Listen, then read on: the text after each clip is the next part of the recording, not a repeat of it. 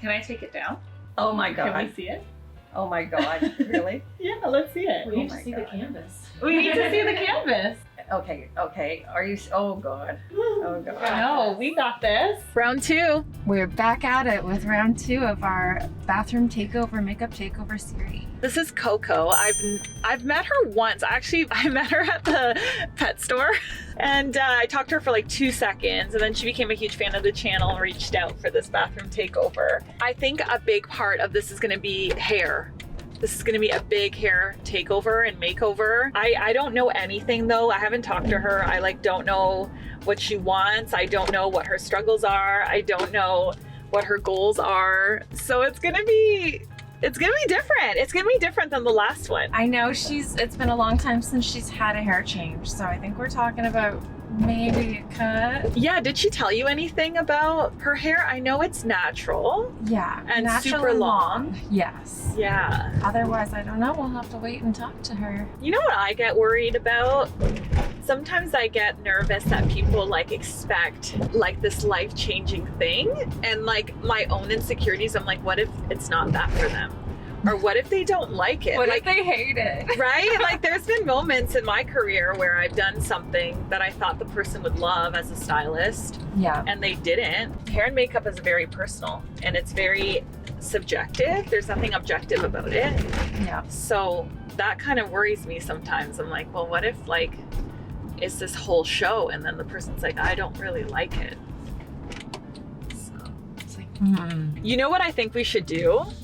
I think we should cover the mirror and not let her see anything until it's completely done. Ooh, I love that for the makeover portion. Right? Yes. Let's do Yes. that. Getting ready. We're packing the full gear this time. Here we go.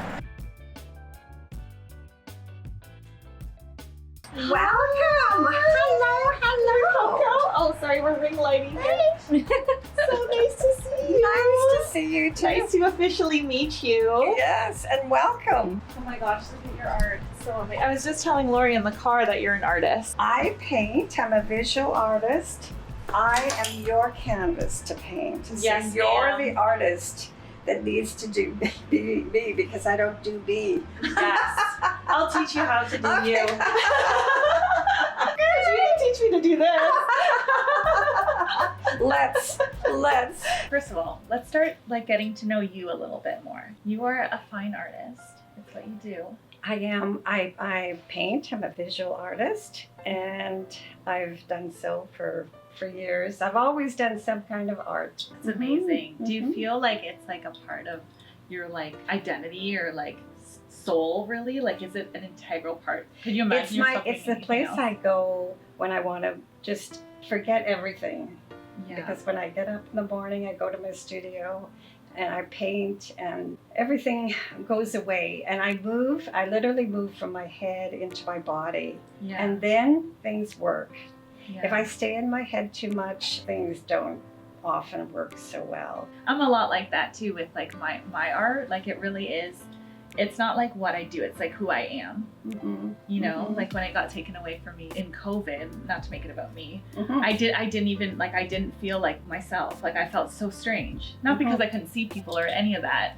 It's because I couldn't be who I was. It's not what I do. It's who I am. Mm-hmm. And I think artists can see that in other artists. Mm-hmm. You know, if all your brushes and tools and paints got taken away, it would take away a part of you.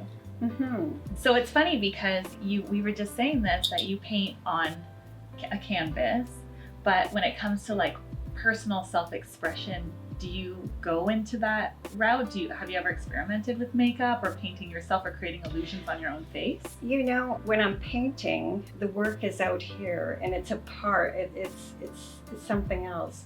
And I think the challenge for me has been self-care and to really pay attention to what I look like. Because it's almost as if I never see myself. Right. If there's no mirror, if I don't go and intentionally look, I don't see myself. I am what I am. I am what I'm feeling. What brings me kind of into the moment is that I have to show up for something. And I have an exhibition that's opening. I have to show up. And then when I think, okay, then I'm out, what am I gonna wear? Okay, and then there's the makeup and there's the hair and then it becomes a more stressful thing. Because on the canvas, I'm very intuitive. The color goes, the layers, and it's gonna end up okay. Yeah, But you can't do that with your face. you can. You. You can. Yeah. It's like she's not I want painting you style. to She come. doesn't have her painting style. Oh, well, I want you Yeah. to come and live beside me and they'll say, hey, well, you want to do this canvas today? Because I need something. I'm going out. See, the thing that I think is cool about you is that you have the skills. A lot of women don't have the skills. You just have to learn it on a different canvas. You already know texture. You already know color families. You already know balance. It's just a different canvas. It's the exact same thing. Okay. Yeah. And you have a great canvas. And I'm not just saying that. You know, when I saw you at PetSmart and I was like, oh my gosh, you're so beautiful. And I was like, I'm like, I hope I didn't make her feel uncomfortable. And I was buying supplies for my bunnies. But I genuinely felt that in my heart. I was like, wow, you're so beautiful. Like your eyes are like glass. You know, you have gorgeous skin, beautiful features. Truly. You just gotta paint yourself now. Okay. All right. We'll wait till you get to my hair. Can I take it down? Oh my God. Can we see it? Oh my God. Really? Yeah, let's see it. We need Oh to my see the God. canvas. We need to see the canvas. Okay. Are you? Oh God. Oh God. No, we got this. Oh Look God. at this beautiful. Oh God. Look at this beautiful I know hair. it needs brushing and oh my It Oh my looks gosh, so it's healthy, gorgeous. though. It is. Look at the color. Oh my goodness. My gosh, it's at your waist. Oh, you're so lucky. Look at this. She's like Pocahontas. Beautiful. And there's so much charm to it. maybe there's powers here. I'm feeling it. Okay, tell me first, what are you struggling with your hair? What is your vision for your hair? And what would be like your dream? If you could wake up and be like, oh, I love my hair, what does that look like to you? Something that looks casual, looks free, not too managed. That makes sense. Yeah. But also easy to care for. You know, so if I just like do this and then Yes. can I just clip and then it looks fine. This is what I'm hearing, and you can stop me if I'm hearing it wrong. You Mhm. can say like, that's not what I meant. This is the thing with going short. Short hair feels like it's easier, but it's not. It's actually much more high maintenance because you can't put it up, you have to Right. style it or it looks terrible. Right. Long hair, you can like quickly throw it up when you're painting, when you're going out, all that stuff. So I think we need a length where you can put it up if you want to. Now, another issue is when you have no layers, like you have no layers, the hair doesn't do anything for you in terms of like contouring. So when you add layers to the face, you actually contour the features, but with the hair. So it's really interesting. So even if you add like something in here, you soften like any neck issues or jowl issues that you may have. Whereas if there's a straight line, there's no like visual interruption to soften features. I think we need to keep your hair at a length where you can definitely put it up, and we need to do a lot of softening. Okay. Yeah. I'm open. Yeah. Experimenting. Now, in terms of length, where would you feel comfortable? When you like show yourself here, do you have a spot where you're like, I want it like here? I wouldn't feel comfortable if it's shorter than here. Yeah, no, shorter than, yes. I think it has to. That's a good spot, like right mid-chest. Yeah, you'll lose a lot of length. Are you ready? Are you emotionally ready? Yeah. Yeah? Okay. Yes, I am. Well, listen, the drama for me is if I actually let my hair down and go out, because I don't let my hair down and go out. I always have it coiffed or whatever you want to call it. I always have it. Yeah. Time to go out. It's time to go out. Yeah. We're gonna go out. I really think you should take time Yeah, of to course. come. Oh, I'm so happy to do it. We're gonna have so much fun. Let's go shopping. Okay. We're gonna have the best time. All right. Okay, how in love are we with this woman right now? How in love are we with Koko? She is just the best. Isn't she the best? Oh my goodness, I just love her so much. She's amazing. Now, because I didn't want this video to get too long and really, really complicated, I decided in this first episode to just focus on her hair because there was a lot going on there that we needed to tackle, we needed to talk about, we needed to think about, and I just didn't want to overcomplicate it. So if you guys want to see her makeup takeover as well, if you want to see what she had in her kit, what we replaced it with, and then a walkthrough, a full tutorial of how I actually did her makeup, then let me know that in the comment section below. Please write makeup video next, or makeup video please, or makeup video, whatever you want to write it in the comments. If enough of you comment that, and I know there's enough interest in that, then I will make that video next for you. Okay. How are you feeling? I am ready. I am ready, Gabby, for you to create. I'm ready to create. We're doing this. This has been here for a long time, Yes. and I've never had long hair ever. Really? No, It's always never, been never, short? never, no. It's always been short, short, short. This is the thing, like I like the long hair for you. I think we can just do long, but we can do long with more contouring, long with more shaping, long in a way that's still glamorous and easy, and you can put it up when you're painting and doing all Okay. your things. I think that was one thing that I like about the long hair is that it was easy to put up off my face, didn't think about it, or a scarf, whatever. Yeah. It's easy. Okay, so when I came home from her house, I was very inspired by her. I found her unbelievably inspiring. So I started dreaming up visions for her and pulling up pictures for her. All of these pictures reminded me so much of her. She is very much an artist. She is very creative. She is very expressive and free and just amazing. So I wanted that to be a part of her haircut. I didn't want to give her something that was going to be inconvenient, something that was going to be short, that was going to not be easy for her to put up. So my plan for this cut was this. We are going to keep the baseline at mid-chest because that is what she's comfortable with. We are going to do long layers throughout the back so that they're not too short or unmanageable. She also has pretty fine hair in texture. When you actually look at her hair, it's pretty fine. I didn't want to over layer the back. So we're just going to do some nice long layers there to give her some movement, but not shallow out the baseline too much. And then I wanted to heavily face frame the front. So I wanted to start that face frame around the jawline to really soften anything going on here in the neck and just give her like a slide cutting face frame to really cup and chisel and contour out her features naturally. I think one of the challenges has been with the long hair is kind of when I do pull it back, it looks quite severe. And I don't want to look so, I want it more softer, Yes. kind of looser, more casual, and not windblown, but a little more wispy. Yes. Mhm. In terms of the front, I didn't want to give her a fringe simply for the fact that fringes are a lot of work to style. Koko didn't even have a blow dryer. I ended up gifting her a blow dryer, but she didn't have a blow dryer, which makes, you know, it tells me that she's not going to be the type to round brush her bangs every day.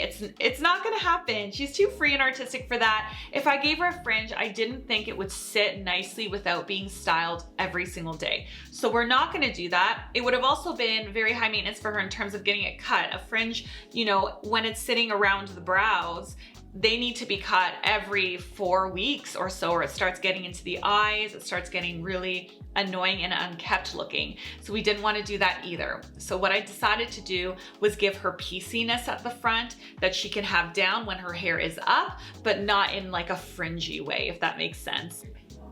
I could totally, you know, spook you out and scream, but I would never do that. because it's not real. It would make a good video. It would be what would you could say, a short, right? It would be a short, like real dramatic. The first thing I did is I started by cutting her baseline. I wanted to make sure we had the length perfect before we moved on to layering. Now, if you're wondering why she's standing up when I'm cutting her baseline, it's because there's something called graduation or over direction when it comes to hair cutting. And if she's sitting on a chair and I have to pull the hair over the chair, what would have happened? It would have actually self-layered itself. When you pull the hair in a certain angle or in a certain direction away away from the body, it actually cuts differently because the hair at the top of the head is at a different angle from the hair at the bottom. Anyways, I'm not gonna get too technical about it, but a way to get a really perfect haircut when it's extremely long hair is to have the person or the client standing for that baseline haircut. Now for her layers. So we're starting from the top of the head to the back of the ear, and I'm layering the back section first and separately. So this is a very standard long layered haircut. A lot of people would call this a butterfly cut, but really this is a long layered haircut. It's a pretty standard cut. All you do is you just take the hair from the middle of the head, you put it all the way to the back, you cut it, and then as you move up the head, you're angling your fingers in a way that's gonna give you varying lengths or the length that you desire at the very top or the top layer. So in her case, I wanted it to stay long, so I didn't angle my fingers up too much. The more you angle your fingers up, the shorter the top layer is. So in this case, I just moved up, giving her a nice soft layer with a traveling guide. If you really want this haircut, I wouldn't attempt doing it from home. You can definitely send your hairdresser this video. As soon as your hairdresser sees what I'm doing, she'll instantly know that this is a long layered haircut with a really standard traveling guide. Now, when I got to the back of the ear, so all of this, and even the stuff at the front here, when I was layering that, I made sure just to over-direct it back. And the reason that I over-directed it back was to save length at the front.